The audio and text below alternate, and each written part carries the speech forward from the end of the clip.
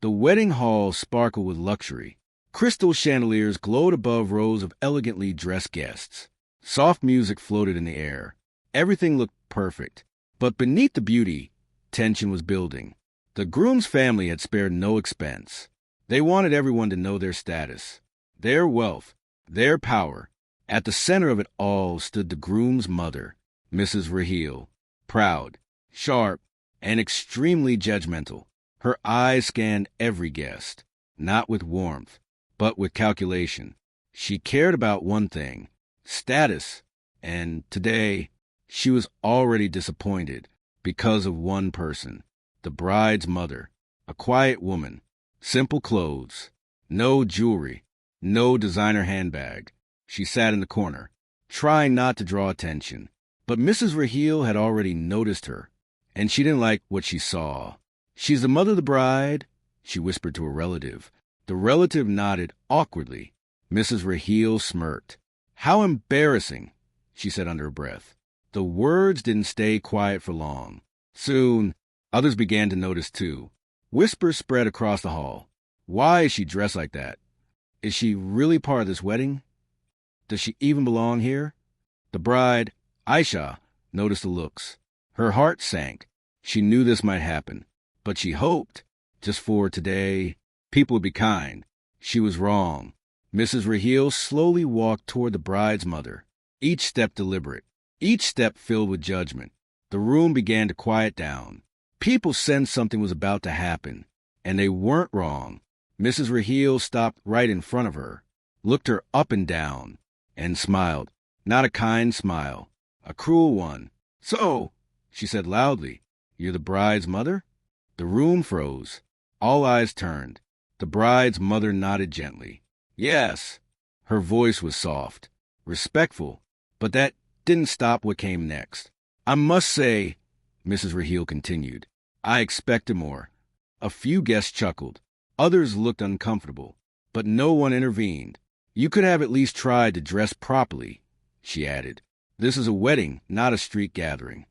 Aisha felt her chest tighten. "Mama," she whispered, but her mother raised a hand gently. She remained calm, graceful. "I came as I am," she replied softly. "I don't want to pretend." That answer only made things worse. Mrs. Raheel laughed. "Oh, don't worry," she said. "No one would mistake this for pretending." More laughter, sharper this time, cutting deeper. Aisha's eyes filled with tears, but her mother didn't react. She simply sat there, still, dignified, as if none of it touched her. That silence irritated Mrs. Raheel.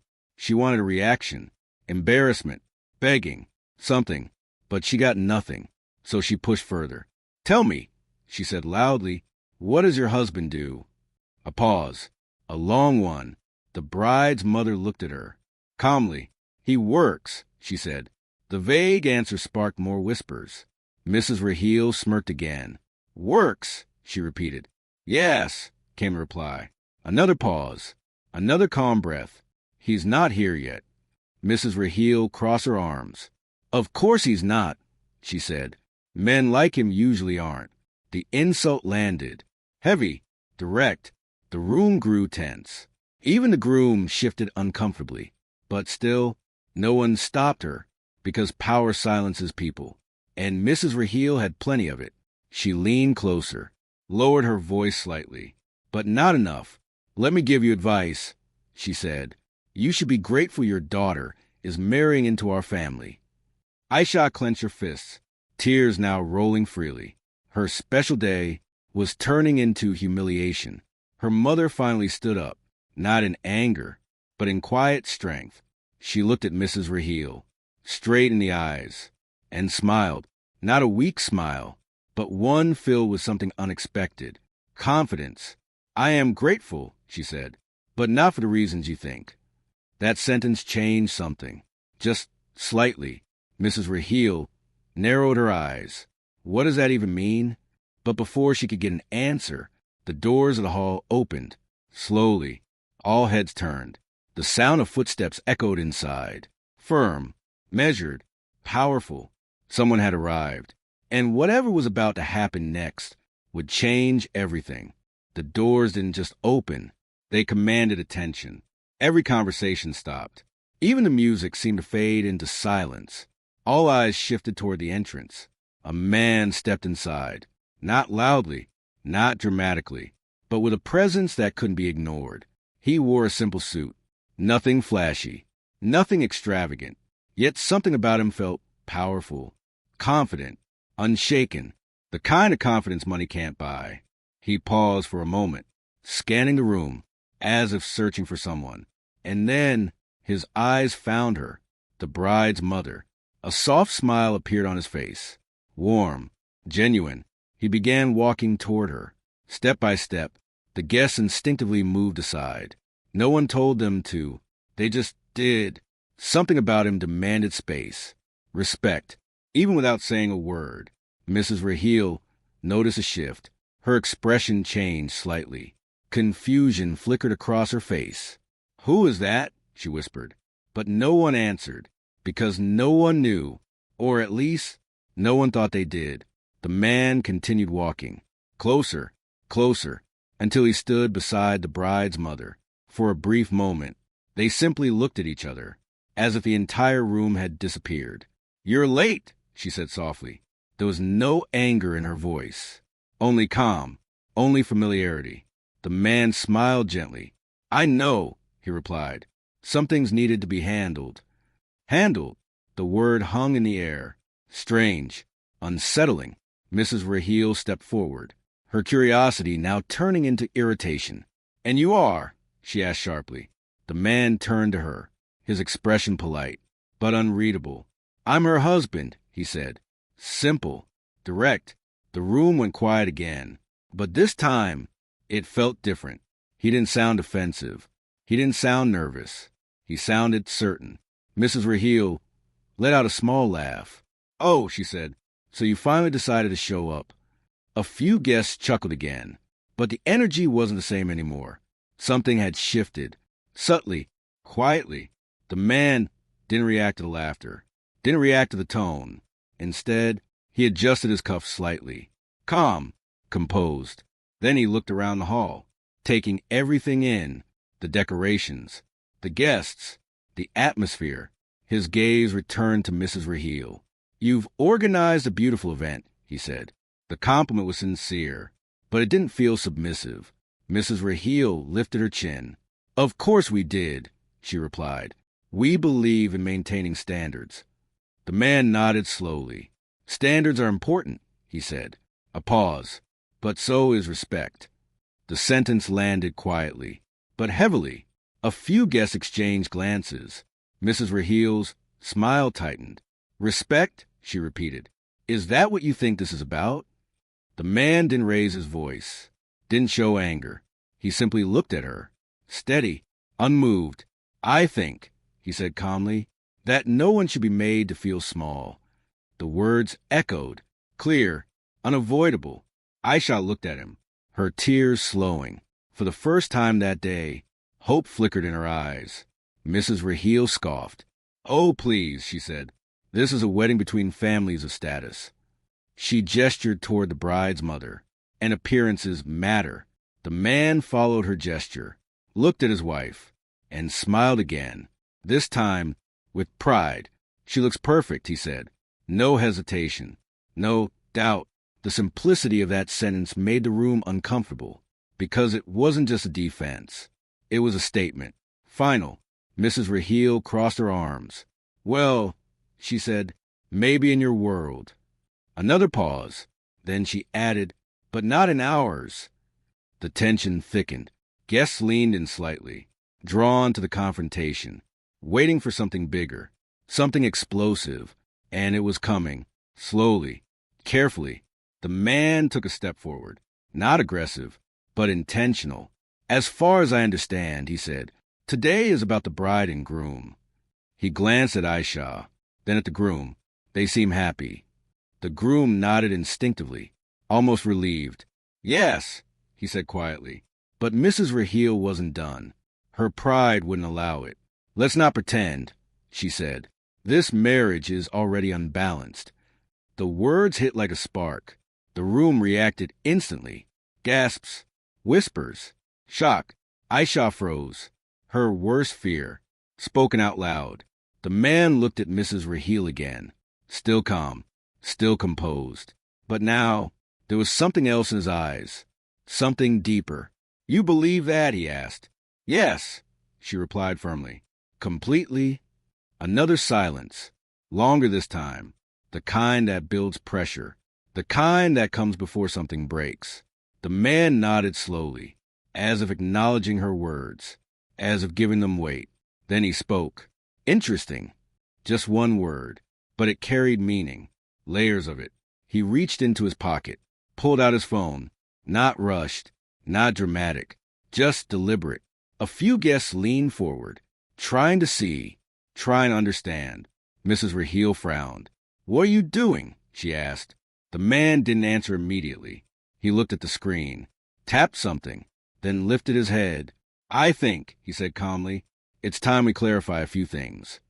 The air shifted again, sharper now. He turned slightly toward the entrance, as if expecting something, or someone.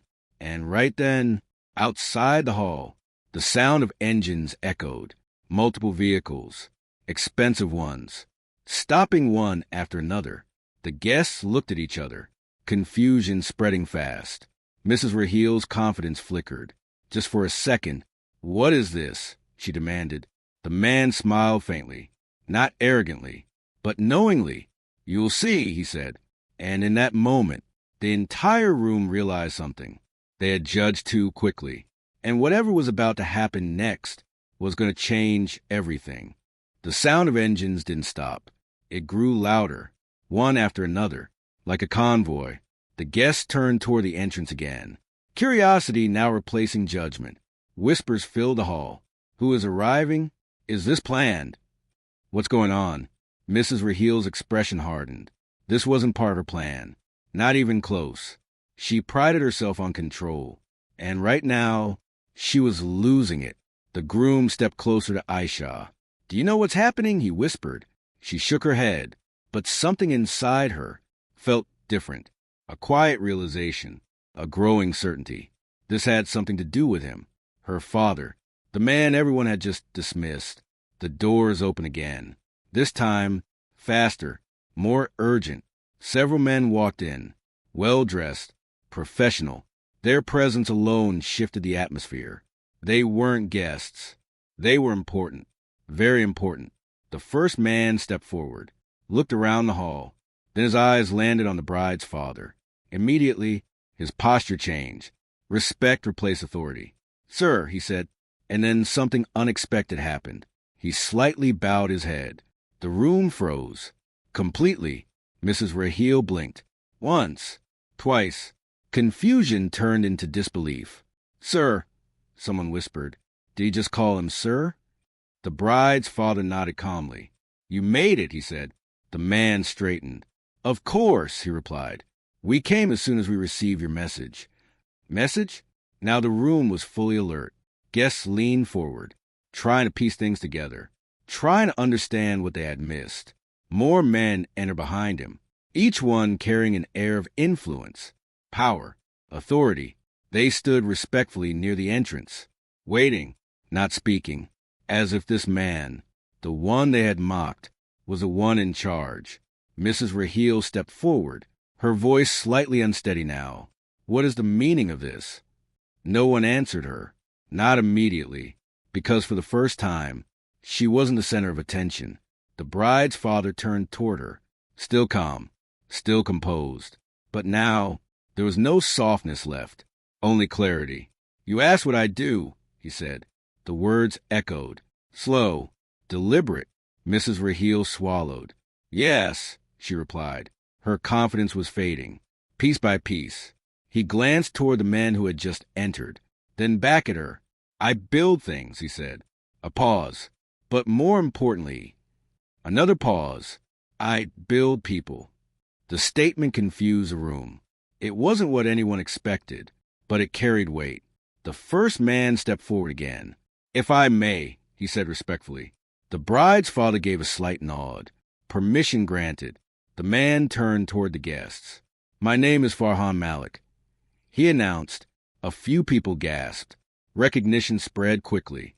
Others pulled out their phones, searching, confirming, and within seconds, the whispers turned into shock. He's the CEO of that multinational group. He never attends events like this. What is he doing here? Farhan continued. And this man, he said, gesturing toward the bride's father, is the reason I stand where I am today. Silence. Heavy, unbreakable silence. Mrs. Rahil's face drained of color. No, she muttered. This doesn't make sense. But it did. Everything was starting to make sense. The calm, the confidence, the lack of reaction. This wasn't weakness. It was control, real control. Farhan wasn't finished. He mentored me when I had nothing, he said. He gave me opportunities no one else would. He paused, looking directly at the guests. And I'm just one of many. Another man stepped forward, then another, each one introducing themselves, each one powerful, each one successful, each one telling the same story. He helped them, he guided them, he built them. The room shifted completely, from judgment to awe. Aisha covered her mouth, tears falling again.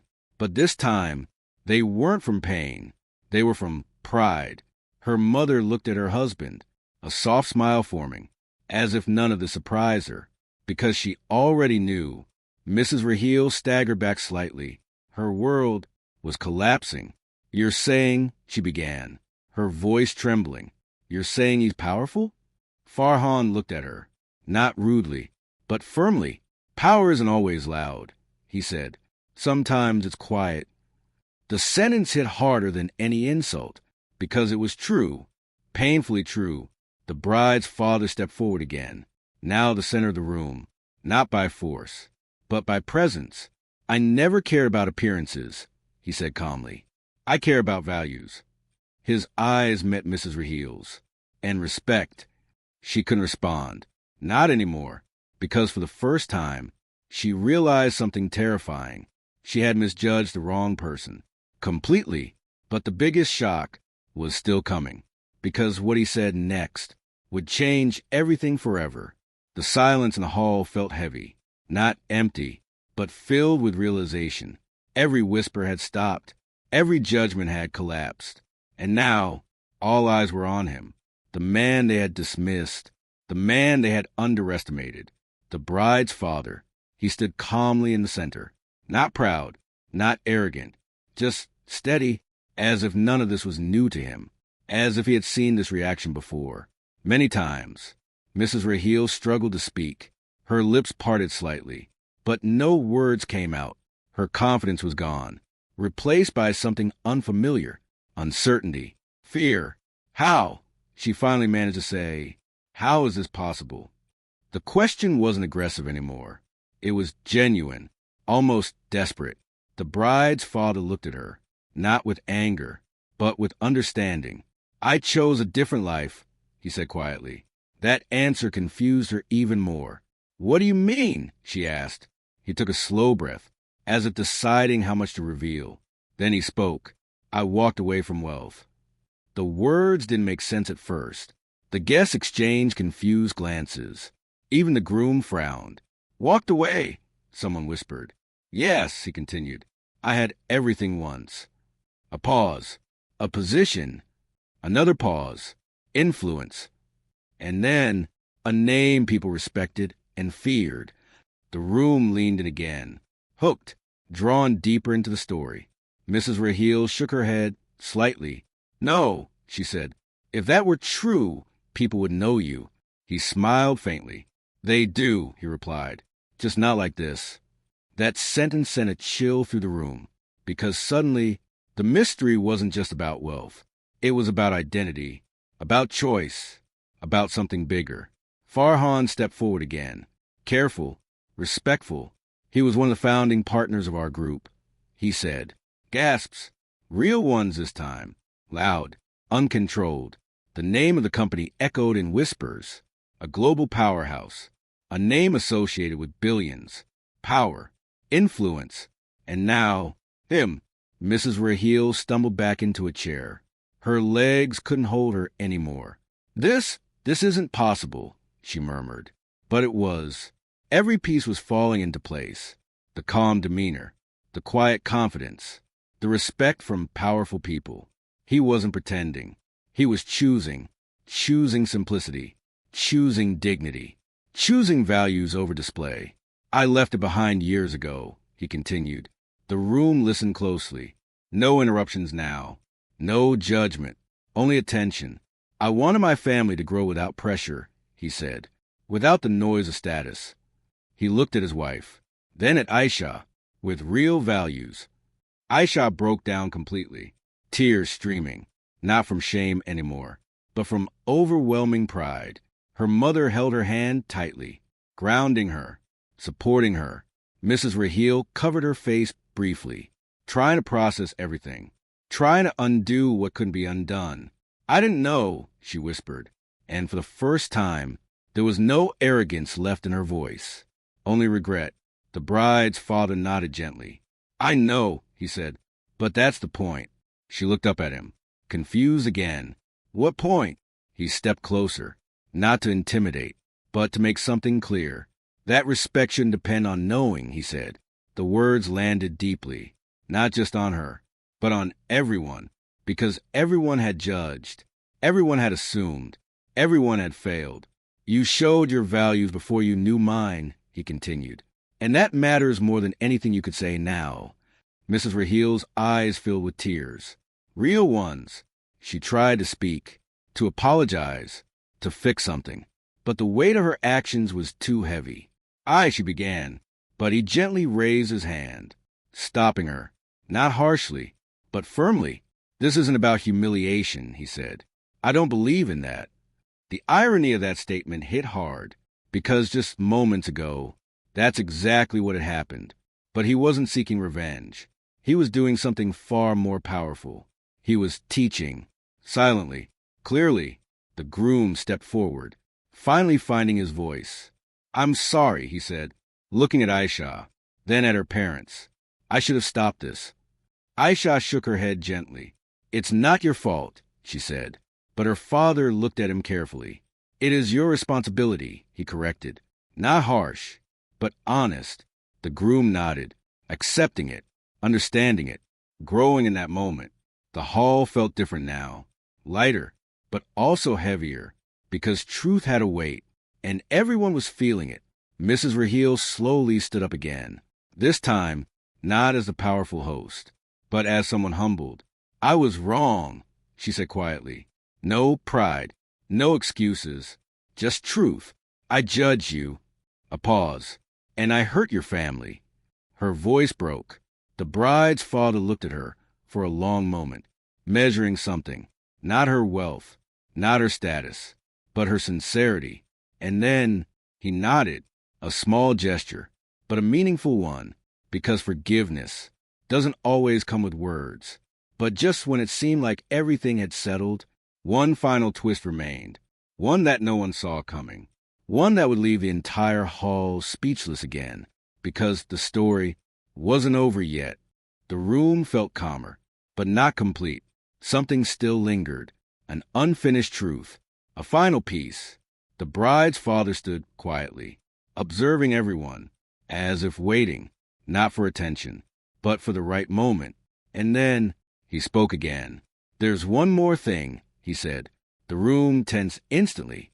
Again, eyes widened, breath held, because after everything they had just witnessed, no one knew what to expect anymore. Mrs. Raheel froze, her hands slightly trembling. What else could there be? She whispered. The bride's father turned toward Aisha. His expression softened. Completely. This wasn't about power anymore. This was about love. Pure, unfiltered. My daughter, he said gently, you chose this family. Aisha nodded slowly, her heart racing. Yes, she said, I did. He smiled, a proud smile. But I needed to be sure, he continued. The words created confusion again. Sure, the groom asked. Sure of what? The bride's father looked at him, calm, direct. Sure that you were choosing her for who she is, he said, not for what you thought she had. The sentence shifted the mood again, not tense, but deeply emotional. The groom stepped closer, I love her, he said, without hesitation, without fear, and I would choose her in any circumstance. The sincerity in his voice was undeniable. It filled the room. It reached everyone. But the father didn't respond immediately. Instead, he looked toward the guests, then at Mrs. Raheel, then back at his daughter. I believed you might, he said, but belief isn't enough. A pause. And then I needed to see it. The realization hit slowly, like a wave. This wasn't just coincidence. This wasn't just misunderstanding. This was intentional, not manipulation, but observation, a test, a real one. The entire hall began connecting the dots, the simple clothes, the quiet presence, the silence during humiliation, the late arrival. Everything, every single moment, had revealed something, not about him, but about them. Mrs. Raheel covered her mouth. Her eyes filled again. This was a test? She asked. Her voice cracked. He didn't smile, didn't show satisfaction, only honesty. Yes, he said. A heavy silence followed, not anger, but reflection, because now everyone saw themselves clearly. The groom stepped forward again. I didn't know, he said, but I should have acted sooner. The father nodded. That's all I needed to see, he replied. Aisha held her breath, waiting, hoping, because this moment would decide everything. And then the father stepped closer to the groom, placed a hand on his shoulder. A simple gesture, but powerful. I trust you, he said. Relief flooded the room. Aisha broke into tears again, but this time she smiled through them. Her mother hugged her tightly. The groom closed his eyes briefly, overwhelmed, grateful. Even Mrs. Raheel couldn't hold back anymore. I don't deserve this forgiveness, she said, her voice shaking, but I am truly sorry. The bride's father looked at her, and for the first time, he smiled warmly. Then change, he said, because that's where respect begins. No lectures, no punishment, just truth. Simple, powerful, the kind that stays with you. Farhan and the others quietly stepped back, their presence no longer needed, because the real transformation had already happened within the people, within the hearts. The music slowly returned. Soft, gentle, the wedding resumed. But it wasn't the same wedding anymore. It was deeper, more meaningful, more real, because now it wasn't about status, or appearance, or wealth. It was about values, respect, and love. As Aisha walked toward the stage with her groom, she glanced back one last time, at her parents, standing side by side, simple, strong, unshaken. And in that moment, she realized something she would never forget. True wealth is not what people see. It's what they fail to understand. The guests would talk about this day for years, not because of the decorations, not because of the luxury, but because of the lesson. A lesson that came quietly, but left loudly. Never judge a person by what they show, because sometimes the quietest person in the room is the most powerful one of all.